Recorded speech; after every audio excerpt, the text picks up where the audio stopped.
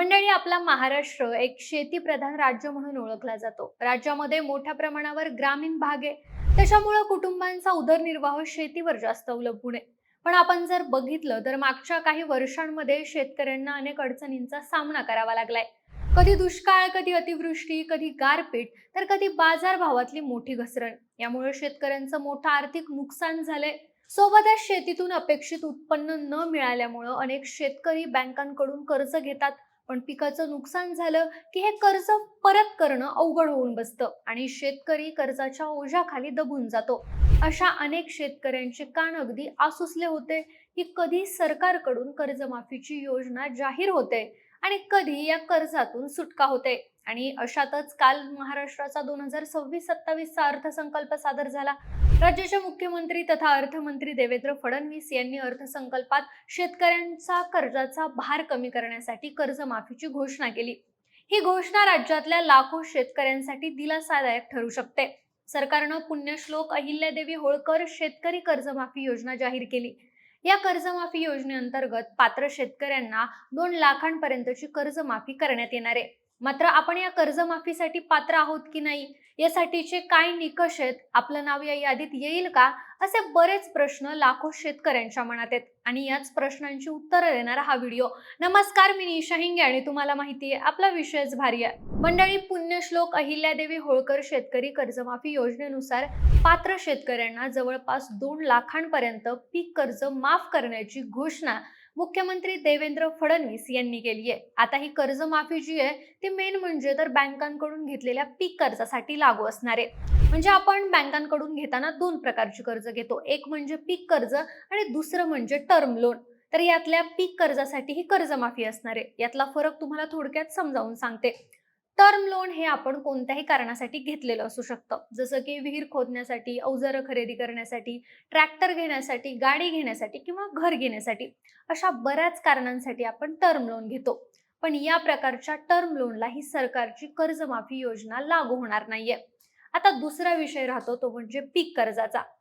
आपण आपल्या बागायती शेतीमध्ये ज्या पद्धतीचं पीक घेतोय, ऊस असेल, आंबा असेल किंवा कापूस असेल, फणस असेल, या सगळ्या पिकांसाठी त्यांना मेंटेन करण्यासाठी शेतीविषयक कामांसाठी पीक कर्ज घेतलं असेल तर हे पीक कर्ज या योजनेअंतर्गत माफ होणार आहे. त्यामुळे आता तुम्हाला हा फरक क्लिअर झाला असेल की तुमचं टर्म लोन भलेही ते तुम्ही शेतीविषयक कामांसाठी वापरलं असेल तरी ते तुम्हाला माफ होणार नाहीये, पण तुमचं पीक कर्ज माफ होणार आहे. यासाठी आता कोणते निकष आहेत, कोणता शेतकरी या कर्जमाफीसाठी पात्र असू शकतो हे बघूयात.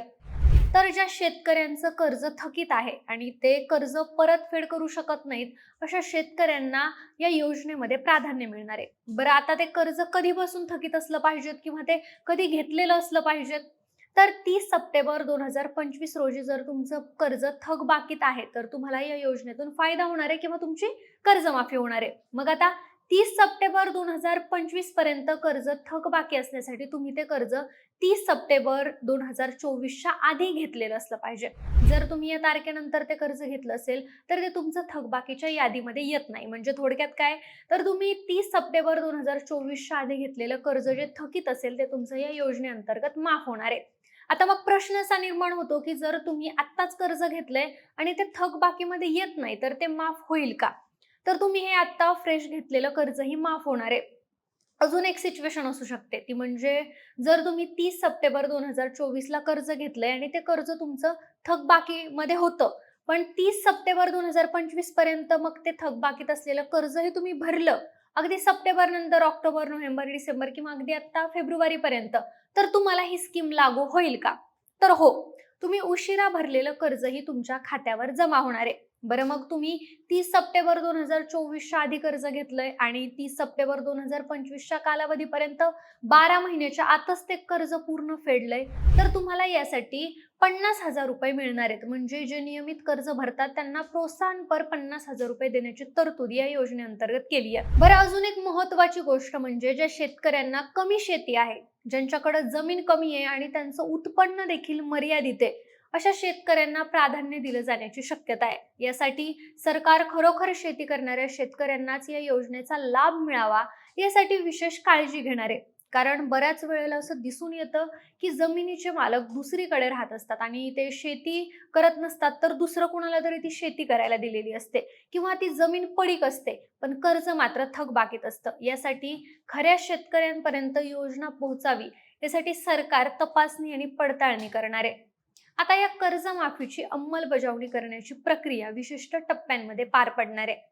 सगळ्यात आधी तर बँकांकडून शेतकऱ्यांच्या कर्जाची सगळी माहिती गोळा केली जाणार आहे. त्यानंतर त्या कर्जांची पडताळणी केली जाईल आणि पात्र शेतकऱ्यांची एक यादी बनवली जाईल. आता ही यादी अशी असेल की ज्या शेतकऱ्यांना शेती कमी आहे, त्यामुळे त्यांचं उत्पन्न मर्यादित आहे, 30 सप्टेंबर 2024च्या आधी शेतकऱ्यांनी कर्ज घेतले आणि त्यांच्या कर्जाची थकबाकी आहे, त्यांनी अजून त्याची परतफेड केलेली नाहीये, त्यांनी पीक कर्जाअंतर्गत ते कर्ज घेतलंय, त्यांचं कॅश क्रेडिट अकाउंट आहे, अशा निकषांद्वारे ही यादी तयार केली जाणार आहे. आणि एकदा अंतिम यादी झाली की सरकार बँकांना थेट पैसे देईल आणि त्या शेतकऱ्यांचं कर्ज खात्यातून कमी केलं जाईल.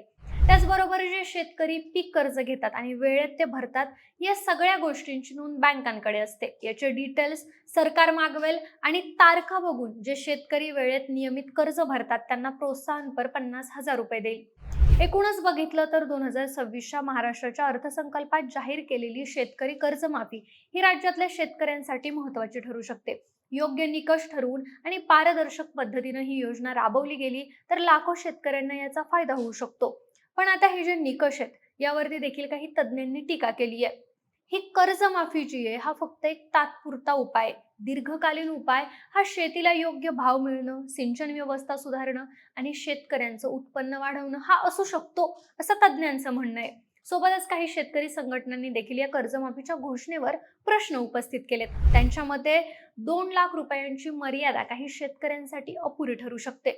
ज्यांचं कर्ज 2 लाख रुपयांपेक्षा जास्त आहे आणि कुठल्या नैसर्गिक आपत्तीमुळे पिकाचं नुकसान झाल्यामुळे एखाद्या शेतकऱ्याला खूप मोठं अडचणींना सामना करावा लागलाय, अगदी त्याला त्याच्या शेतातून 1ही रुपया उत्पन्न मिळालेलं नाहीये आणि कर्ज मात्र 2 लाख रुपयांपेक्षा जास्त थकबाकीत आहे, अशा शेतकऱ्यांना फक्त 2 लाख रुपयांचा फायदा होईल, पण उरलेल्या रकमेचं त्यांनी काय करायचं, असा सवाल आता शेतकरी संघटनांचे नेते उपस्थित करतायत. बाकी मंडळी, सरकारच्या या योजनेबद्दलचं तुमचं मत आणि या संदर्भात तुमचे अजून काही प्रश्न असतील तर ते आम्हाला कमेंटमध्ये नक्की सांगा आणि सोबतच आपल्या विशेष भारीच्या चॅनलला सबस्क्राईब करायला विसरू नका. धन्यवाद.